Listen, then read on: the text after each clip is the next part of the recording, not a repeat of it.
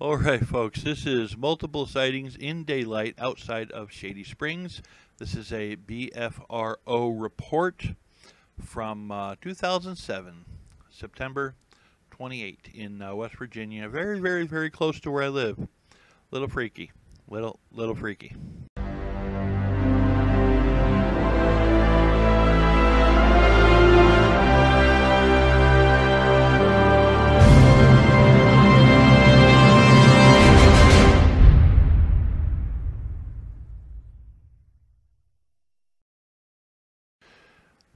This one here kind of hits home because it's really close to where I live. On September 28th, 2007, my good friend and I were driving home from a show. We were driving out of Shady Springs through my grandpa's farm, and like always, we were watching for deer. This was a beautiful evening. The skies were clear, only a slight chill in the air. For it was right before dark, about 6:30 in the evening. This time we didn't see a deer, but a huge something standing above a hayfield about 200 yards away. It really began to catch our attention due to the fact that it was a good 4 feet taller than the fence and standing on two legs. So in order to get a better look at him, we stepped out of the truck. As it started walking, definitely walking upright on two legs, we noticed that it seemed to be a brown color with fur like a grizzly bear or something to that nature. Then we turned and looked at each other and said, "Is that a Bigfoot?" No way. Couldn't be. No. My friend and I have always thought that Bigfoot was a joke and a myth, so we just stood there and watched him vanish over the next ridge, not even thinking about following him. Yeah, no kidding. We then went on home telling everyone what we had seen. And yes, they all thought we were nuts. However, my mom and my older brother had drove through there about 15 minutes earlier, and she told me that when my brother had stopped to look for the deer, she had noticed something sitting above the hayfield. Thinking that it was just a bush or something, they drove on. Now I believe whatever I had seen had been waiting on a deer to show up, for the deer are plentiful out here. I know that what I seen wasn't a bear or a person. I'm telling the truth, and this is legitimate. Then, on January 21st, 2008, on a cloudy evening right before dark, around 6:30 p.m., my friend's older brother, who thought we were crazy, seen something big, black, fuzzy, and walking on its hind legs about 200 yards just directly across the road where I'd seen it in September. This road goes through the valley for of two mountainsides, and it has been seen on both sides. He said he's seen it for a few minutes, and then it disappeared over the backside of the mountain. He then called me and told me what he had seen. He said, "I just saw Bigfoot." There had been a snowstorm that had just passed through a couple days before.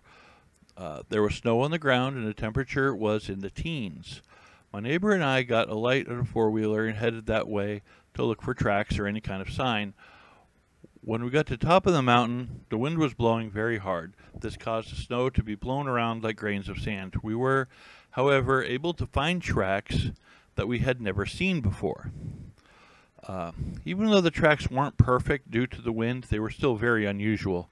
I'm an avid woodsman, and I have never seen tracks like that.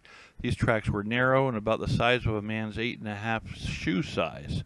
The stance of the track was very wide, far wider than a human. Then a few days later, one of our good friends was visiting from a nearing town, and he heard something he had never heard before. That night at our farm, something had been the hours of 10 and 12. He described it. The noise was a short but deep roar. He said that even though it was far away, it was still very loud. Spelling people. He has never heard this before, and he knows his wildlife. The next sighting has me wowed.